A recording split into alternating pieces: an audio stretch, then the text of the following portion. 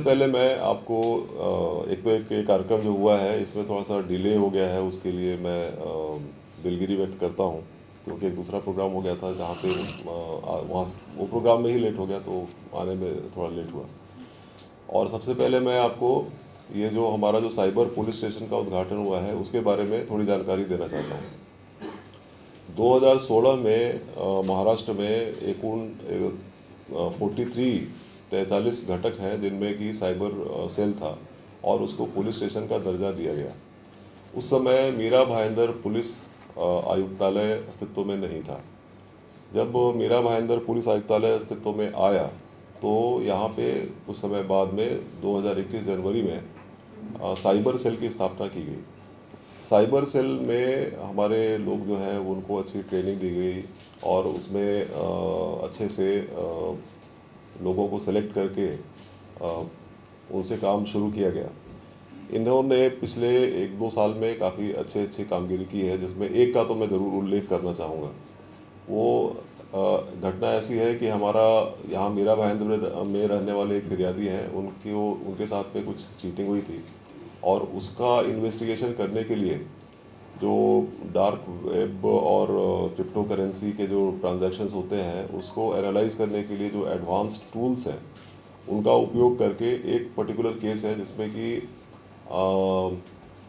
बाकायदा legal procedure follow करके FIR register करके बाद में कोर्ट का ऑर्डर लेके हमने सेशल्स बेस्ड एक एक्सचेंज है वहाँ पे जो चाइनीज़ नेशनल्स हैं जो कि इसमें उनके अकाउंट में जो पैसे जमा थे वहाँ से with due process of law वो पूरा करके उनके अकाउंट से हमारे फिरियादी जो मेरा महेंद्र के एरिया में ही रहते थे उनके अकाउंट में वापस 39 लाख रुपीज़ वापस किए गए। ये अभी से तकरीबन 2 महीने पहले की बात है। और इसके लिए मिनिस्ट्री ऑफ होम अफेयर्स की जो I4C है, साइबर क्राइम कोऑर्डिनेशन सेंटर, वहाँ से भी इसको अप्रिसिएट किया गया। और हर फ्राइडे को जो एक्सपीरियंस शेयरिंग होता है तो उस पर एक फ्राइडे में हमको इस बारे में हमने कैसे किया, क्या क्या उसके लिए स्टेप्स उठाए, वो शेयर करने के लिए हमको मौका दिया गया। बाद में इसी इन्वेस्टिगेशन के लिए फिक्की द्वारा दिल्ली में एक आयोजित फंक्शन में हमारे जो साइबर सेल के इंस्पेक्टर हैं इनको बुलाया गया और सुप्रीम कोर्ट के एक न्यायाधीश के द्वारा इनको पुरस्कृत भी किया गया। इस तरीके से साइबर सेल का काम चल तो ज़रूर रहा था, लेकिन एक बात है कि इसको बाकी जो 43 यूनिट्स हैं वहाँ पे जिस तरीके से उनको पुलिस स्टेशन का दर्जा है वैसा इनको पुलिस स्टेशन का दर्जा नहीं था। वो दर्जा इनको मिलना चाहिए, इसके लिए हमने फरवरी 2023 में एक प्रस्ताव शासन को दिया और उसका जो प्रक्रिया है वो प्रक्रिया पूरी करके उस पर विचार विमर्श करने के बाद में अभी कुछ दिन पहले शासन का वो जो GR है वो प्राप्त हुआ है, शासन निर्णय। और वो शासन निर्णय के हिसाब से आज से हम लोग वो फॉर्मल इस पुलिस स्टेशन का लॉन्च कर रहे हैं। चूँकि साइबर सेल पहले से ही अस्तित्व में था, इसीलिए उसी को हम पुलिस स्टेशन का दर्जा दे रहे हैं। तो हम एक कार्यक्रम छोटा सा एक फॉर्मल फंक्शन करके इसको लॉन्च कर रहे हैं। और उसमें अगला सवाल ये उठता है कि अगर हम लोग साइबर सेल अगर एक पुलिस स्टेशन आ जाता है तो इसमें फिर ये क्या करेंगे और फिर पुलिस स्टेशन वाले क्या करेंगे। तो इसका उत्तर ये है कि जो नॉर्मल जो क्राइम्स होते हैं, जो पेटी क्राइम्स हैं या जिसको डिटेक्ट या सॉल्व करने के लिए हमको बहुत ज़्यादा स्किल्स की ज़रूरत नहीं है, उसमें हम लोग पुलिस स्टेशन में जो हमारे अधिकारी कर्मचारी हैं उनको ट्रेनिंग दे रहे हैं। और वो जो क्राइम्स हैं उसका डिटेक्शन पुलिस स्टेशन के लेवल पर ही होगा।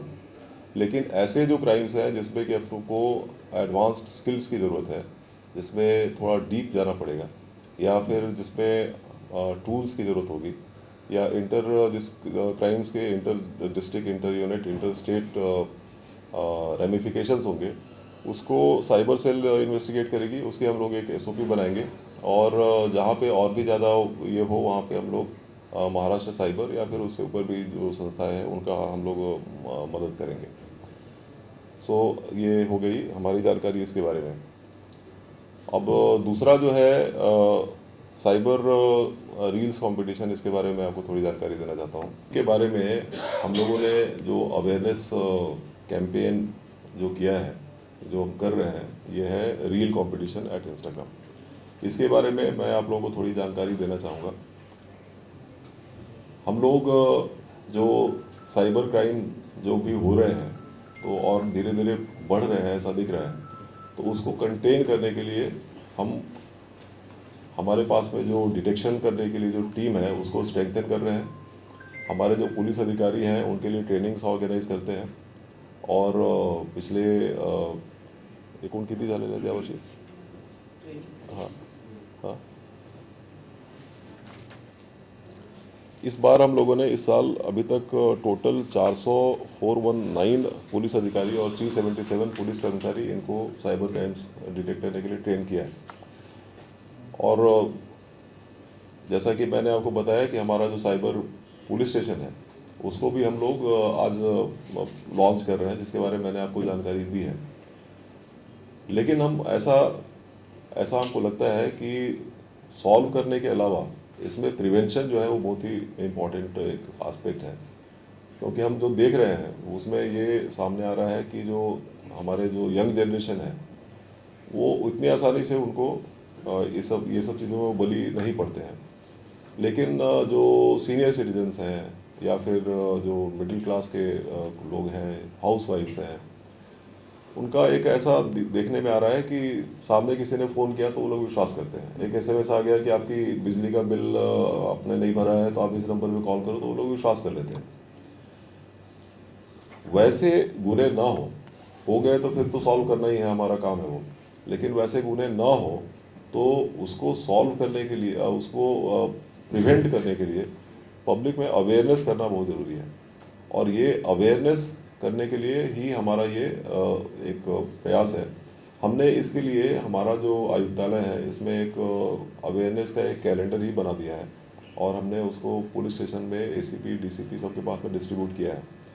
हमने उनको ये कहा है कि आपको एक हफ्ते में एक किसी कॉलेज में या फिर एक किसी हाउसिंग सोसाइटी में, एक किसी एसोसिएशन में, किसी ट्रेडर एसोसिएशन में, किसी ज्वेलर एसोसिएशन की इस तरह की किसी मीटिंग में आपको जाके कुछ एक अवेयरनेस प्रोग्राम करना है, जहाँ पे अगर हमने कोई फिल्म बनाई है तो फिल्म दिखाते हैं, पावर पॉइंट प्रेजेंटेशन है तो वो दिखाते हैं।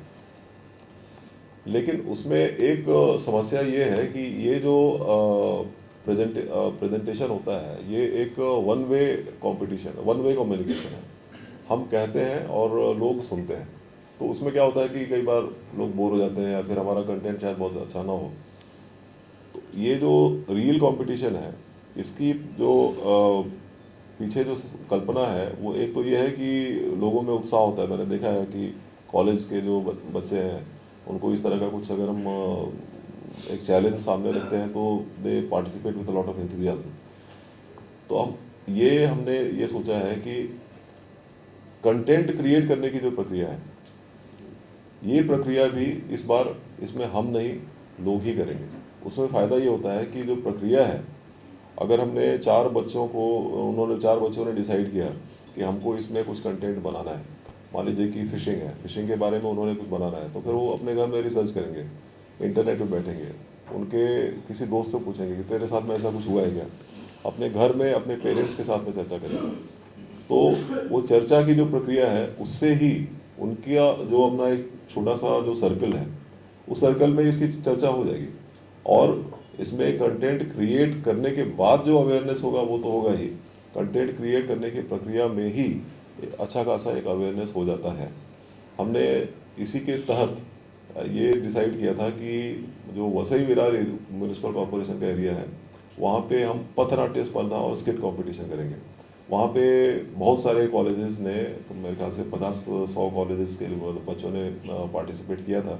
और बाद में उसमें से जो अच्छे थे वैसे टोटल 12 पथनाट्य सेलेक्ट किए गए और उनका फाइनल एक कंपटीशन किया गया जिसमें फर्स्ट सेकंड थर्ड और कंसोलेशन प्राइजेस दिए गए। और वो विरार में हुआ था, वहाँ पे मैं भी गया था और उसमें हमने जो लोगों का उत्साह देखा तो उसके बाद में हमको काफ़ी उससे प्रेरणा मिली। अब हम उसी का जो सेकेंड स्टेप है उसमें मीरा भाईंदर म्यूनिसिपल कॉरपोरेशन के एरिया में, एक्चुअली ये मीरा भाईंदर वसई विरार पूरे के लिए है, हमारा जो आयुक्तालय का एरिया है उसके लिए है। इसमें हम रील्स कंपटीशन कर रहे हैं। पहले हमने ये सोचा था कि हम एक शॉर्ट फिल्म फेस्टिवल करेंगे, लेकिन बाद में हमको ये समझ में आया कि अभी इंस्टाग्राम और सोशल मीडिया ज़्यादा पॉपुलर है और उसमें रील्स कंपटीशन करना ज़्यादा अच्छा रहेगा। ये जैसा कि आपको पहले भी जानकारी दी गई है कि ये मीरा भाईंदर वसई विरार आयुक्तालय के लोगों के लिए है। जो लिंक है, जो वेबसाइट का जो URL है वो आपको बताया गया है। हमारी जो अपनी वेबसाइट है उस पर भी हम वो उसका URL एक हम लिंक देंगे और इसमें जो प्राइजेज़ हैं उसके बारे में आपको बताया ही गया है। ये जो कंपटीशन है इसमें जो कंटेंट है वो किस तरह का होना चाहिए, कितना लंबा होना चाहिए 2 मिनट, उसका साइज़ कितना मेगाबाइट होना चाहिए वो भी हमने बताया है। 100 MB 2 minutes 100 MB that is. और उसका सब्जेक्ट क्या क्या होगा वो भी हमने आपको बताया है। तो हम ये चाहते हैं कि आपके थ्रू इसकी पब्लिसिटी अच्छी हो ताकि ज़्यादा से ज़्यादा लोग पार्टिसिपेट करें। 30 नवंबर तक ये कंपटीशन चलेगा और उसके बाद में फिर इसका हम लोग एक क्लोजिंग सेरेमनी करेंगे। तो फिलहाल मैं इतनी ही जानकारी आपको देना चाहता हूँ। और इसके बाद में एक प्रोग्राम है जो कि और थोड़ा सा लेट हो गया है। हम इस कार्यक्रम को यहीं ख़त्म करेंगे और हमारे कुछ टोटल 69 कर्मचारी प्रमोट हो रहे हैं आज। तो हम उनको उनका प्रमोशन का एक छोटा सा फंक्शन है जिसमें कि हमने उनके घर वालों को भी बुलाया है। तो ये इसको ख़त्म करके हम लोग अभी उसको शुरू करेंगे। So that is all. Thank you very much.